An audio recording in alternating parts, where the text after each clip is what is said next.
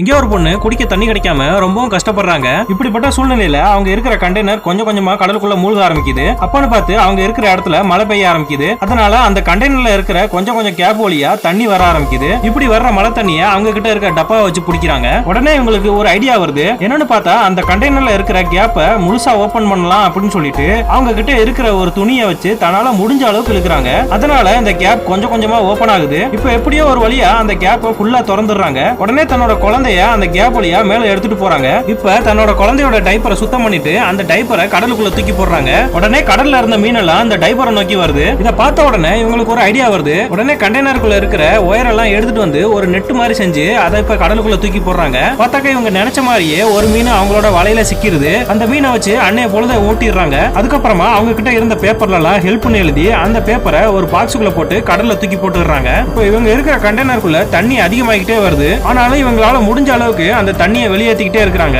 இருந்தாலும் தன்னோட குழந்தைக்காக ஒரு போட் மாதிரி செஞ்சு தன்னோட குழந்தைய அந்த போட்டு மேல வச்சு கடலுக்குள்ள மிதக்க வைக்கிறாங்க. இப்ப கண்டெய்னருக்குள்ள தண்ணி அதிகமா போய் ஒரு கட்டத்துல கண்டெய்னர் முழுக ஆரம்பிக்குது. அதனால இவங்களுக்கு வேற வழி இல்லாம தன்னோட குழந்தை இருக்கிற போட்லயே இவங்களும் பயணிக்கிறாங்க.